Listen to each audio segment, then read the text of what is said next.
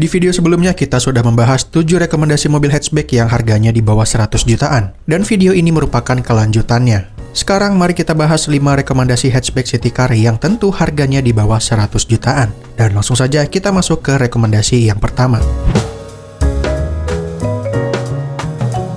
Pilihan yang pertama ada Nissan March generasi keempat. Cocok buat kalian yang bosan dengan Honda Jazz dan Toyota Yaris. Dengan harga yang lebih murah dan punya interior terutama headroom yang lebih luas. Mobil ini diproduksi dari tahun 2010 sampai tahun 2020 dan ada 2 pilihan model, yaitu pre-facelift dan juga facelift. Untuk yang pre-facelift diproduksi dari tahun 2010, sedangkan untuk yang facelift di tahun 2014. Dan ada juga facelift yang kedua yang diproduksi di tahun 2017. Untuk varian tipenya ada tipe L dan XS yang 1200cc dan ada juga yang XS 1500cc. Ya, betul, mobil ini punya 2 pilihan mesin. Untuk spesifikasi mesinnya, yang 1200cc menggunakan mesin yang sama dengan yang digunakan di Datsun Go, berkode HR12DE 1200cc 3 silinder yang mampu menghasilkan tenaga 79 horsepower di 6000 rpm dan torsi 109 Nm di 4000 rpm dengan pilihan transmisi manual dan automatic. Sedangkan untuk yang 1500cc menggunakan mesin yang sama dengan Grand Livina yang berkode HR15DE 1500cc 4 silinder dengan tenaga 109 horsepower dan torsi 148 Nm. Untuk kelebihan dan fitur yang ditawarkan oleh sebuah Nissan March generasi keempat, yang pertama adalah untuk yang varian XS atau yang varian tertinggi, sudah menggunakan push start stop engine. AC-nya juga sudah digital dengan pengaturan yang cukup lengkap. Kelebihan yang kedua, dia punya suspensi yang empuk, handlingnya mantap, dan radius putarnya yang cukup kecil. Lalu visibilitasnya juga luas, kacanya besar, dan headroomnya lumayan lega. Dan sangat cocok untuk yang baru belajar nyetir. Atau untuk kaum hawa, ini juga sangat cocok karena desainnya juga cukup feminim. Audionya masih in-dash, untuk fitur keamanan sudah dilengkapi dengan ABS, EBD, BA, dual airbag, dan immobilizer. Dan untuk yang 1500 sudah dilengkapi dengan Vehicle Stability Control. Untuk urusan interior, ini termasuk yang cukup lega dan banyak tempat penyimpanan. Serta di bagian bagasi juga ukurannya lumayan luas dan ada penutupnya. Lalu untuk fitur lainnya ada tambahan defogger belakang, wiper belakang, electric mirror, power window, dan speedometer yang ada MID-nya. Sedangkan untuk kekurangannya, sebuah Nissan March ini kekurangannya ada di bagian spare part yang agak mahal. Ya, ciri khas Nissan lah ya. Tapi untuk yang mesin 1200cc masih bisa diakali dengan membeli spare part dari Datsun Go, yang harganya sedikit lebih murah. Kemudian kekurangan kedua ada di bagian peredaman kabin yang agak kurang, dan ini bisa dibilang lebih berisik dari sebuah Honda. Untuk harganya sendiri, sebuah Nissan March generasi keempat dijual mulai dari harga 70-90 jutaan untuk yang 1200cc. Sedangkan untuk yang 1500cc harganya agak lebih mahal, antara 90-100 jutaan. Pilihan yang kedua ada Mazda Tulama yang non-sky aktif. Mobil ini cocok untuk kalian yang suka nyetir sendiri, suka mobil sporty dengan fitur yang cukup lengkap. Diproduksi dari tahun 2009 sampai tahun 2014, ada tipe S dan juga tipe R untuk varian tertingginya. Untuk mesin dari Mazda 2 lama ini menggunakan mesin berkode MZR DOHC yang berkapasitas 1500cc dengan keluaran tenaga 103 horsepower dan torsi 135 Nm yang disalurkan melalui transmisi manual dan juga automatic. Untuk kelebihan dan fitur yang ditawarkan, yang pertama, desain dari mobil ini memiliki desain yang cukup keren dan sekilas seperti Ford Fiesta. Dan memang kedua mobil ini memiliki basis sasis yang sama. Yang kedua, mobil ini mesinnya cukup irit karena dia pakai VVT dan yang lama ini belum menggunakan Sky Active, makanya harganya bisa lebih murah. Untuk kelebihan yang ketiga, dia punya posisi mengemudi yang enak, cocok untuk kalian yang suka nyetir sendiri, visibilitasnya juga luas dan kekedapan kabinnya juga lumayan bagus. Kelebihan berikutnya ada di bagian desain interior yang terlihat cukup mewah.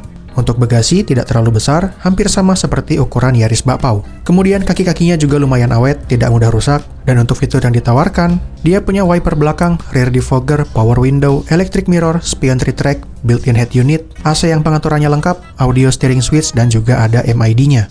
Untuk keamanannya sendiri, untuk di bagian pengereman sudah menggunakan ABS dan juga BA, serta sudah ada ISOFIX untuk keamanan anak-anak di bagian dalamnya. Untuk varian S dilengkapi dengan single SRS airbag di bagian pengemudi, sementara untuk varian R atau varian tertingginya sudah dilengkapi dengan dual SRS airbag untuk bagian pengemudi dan juga penumpang depan, serta ada tambahan fitur immobilizer. Untuk kekurangannya sendiri, duduk belakangnya ini posisinya agak sempit dan suspensinya lumayan keras. Legroom baris keduanya juga sempit dan nggak ada cup holdernya. Serta kekurangan yang kedua ada di bagian perawatan yang agak lebih repot dan harga spare partnya juga lumayan mahal. Untuk harganya sendiri, sebuah Mazda 2 lama harganya ada di kisaran 70-90 jutaan. Tapi kalau kondisinya masih sangat bagus, harganya bisa di 100 jutaan. Untuk pilihan yang ketiga ada Mitsubishi Mirage yang pre-facelift. Mobil ini cocok untuk kalian yang suka dengan mobil kecil, murah, irit, tapi nggak mau LCGC. Diproduksi dari tahun 2012 sampai tahun 2016. Untuk tipenya sendiri ada GLX, GLS, Exit, dan juga Sport. Untuk mesin yang digunakan, sebuah Mitsubishi Mirage ini menggunakan mesin berkode 3A92 3 silinder 1200 cc DOHC MIVEC yang mampu menghasilkan tenaga 77 PS dan torsi 100 Nm. Untuk fitur dan kelebihan yang ditawarkan, yang pertama, mobil ini punya radius putar yang sangat kecil, jadi nggak akan takut nyenggol kalau putar balik. Visibilitasnya juga mantap, posisi mengemudinya enak, joknya ukurannya pas, nggak kayak mobil murah sekarang yang joknya agak kecilan. Untuk varian tertinggi sudah dilengkapi dengan push start stop engine dan juga tombol di bagian setir. Untuk yang Exit, audionya juga lumayan bagus karena sudah ada tweeternya. Fitur lain yang ditawarkan ada AC digital yang sudah auto climate control, ada defogger belakang, wiper belakang, semua pintunya sudah dilengkapi dengan power window dan sudah dapat remote bawaan. Mesinnya juga kencang dan sangat irit, ditambah dengan Matic-nya sudah menggunakan CVT jadi bisa lebih hemat lagi. Untuk konsumsi BBM-nya ada di sekitaran 1:22 km per liternya. Untuk kekurangannya sendiri, dari sebuah Mitsubishi Mirage yang pertama adalah karena dia menggunakan mesin 3 silinder, otomatis mesinnya ini agak bergetar. Kekurangan yang kedua, mobil ini cukup limbung kalau dipakai berbelok di kecepatan tinggi. Tapi kalau untuk kebutuhan harian, ini normal, tidak akan limbung. Kekurangan yang ketiga ada di bagian peredamnya yang agak kurang. Jadi suara dari luar agak terdengar dari dalam kabinnya. Lalu kekurangan yang keempat, untuk varian yang GLX dan GLS tidak dilengkapi dengan sistem pengereman seperti ABS, EBD, dan Immobilizer. Ketiga fitur tersebut hanya bisa ditemukan di Mirage yang Exit ataupun yang Sport. Sedangkan untuk yang GLX atau GLS hanya mendapatkan sistem keselamatan yaitu Dual SRS Airbag serta sabuk pengaman 3 titik saja. Sedangkan untuk harganya, sebuah Mitsubishi Mirage yang pre-facelift ada di kisaran 80 jutaan. Pilihan berikutnya ada New Karimun Estilo. Mobil ini cocok untuk kalian yang sedang cari mobil irit, bisa dipakai harian tanpa khawatir rusak, dengan harga yang mungkin di video kali ini merupakan harga yang paling murah. Karimun Estilo diproduksi dari tahun 2007 sampai tahun 2013, tapi untuk yang facelift-nya atau New Karimun Estilo-nya diproduksi dari tahun 2009. Untuk mesin menggunakan K10B 1000cc 3 silinder segaris yang mampu menghasilkan tenaga 68 PS dan torsi 90 Nm. Yang mana mesin ini sama dengan sebuah mesin Suzuki Wagon R. Untuk kelebihan yang ditawarkan, yang pertama dia punya mesin yang sangat irit, fiturnya juga lebih baik dari sebuah Wagon R seperti dia punya headlamp leveling, AC dengan pengaturan yang lengkap, power window di keempat pintunya, electric mirror, dan ada 4 headrest yang adjustable. Joknya juga enak, bisa menopang paha dengan baik, bagasinya lumayan luas dan visibilitasnya juga mantap. Dan kalau kalian berkeinginan untuk membeli sebuah Karimun Estilo, pastikan beli yang facelift saja. Karena part mesin yang facelift ini sama dengan Karimun Wagon R. Sehingga part mesinnya ini lebih mudah dicari. Berbeda dengan yang pre-facelift, yang itu part mesinnya agak susah untuk dicari. Sedangkan untuk kekurangannya, yaitu harga spare partnya seperti untuk headlamp, as roda, suspensi, itu harganya lumayan agak mahal. Karena harus import dari India. Sedangkan untuk harga mobilnya sendiri ada di kisaran 50-60 jutaan. Pilihan yang terakhir ada Etios Falco. Cocok buat kalian yang sedang mencari mobil dengan kenyamanan Toyota, dengan tahun yang cukup muda tapi harganya di bawah LCGC. Mobil ini diproduksi dari tahun 2013 sampai tahun 2017. Ada 4 varian tipe, ada tipe J, JX, E, dan tipe G.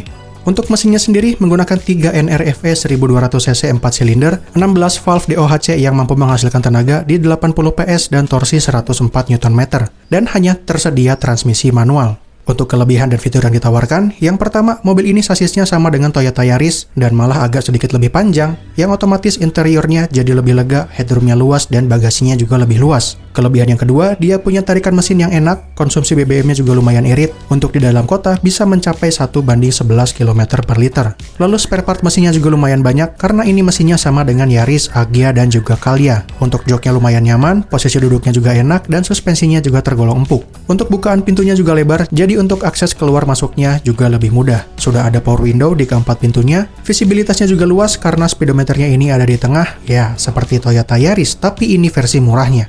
Dan untuk tipe yang tertinggi sudah dilengkapi dengan EPS, ABS plus EBD, tombol-tombolan di bagian setir, ada tambahan body kit, electric mirror, audio double din, dan ada spoiler di bagian belakang. Sedangkan untuk kekurangannya, yang sebenarnya ini sifatnya minor, yang pertama speedometernya yang di bagian tengah. Mungkin nggak semua orang akan suka ya. Lalu untuk kekurangan yang kedua, ada di bagian ruang mesinnya yang catnya ini berantakan. Ya walaupun ini dari luar nggak kelihatan, tapi kalau pas kap mesinnya dibuka, ini jadi agak gatel aja liatnya sih.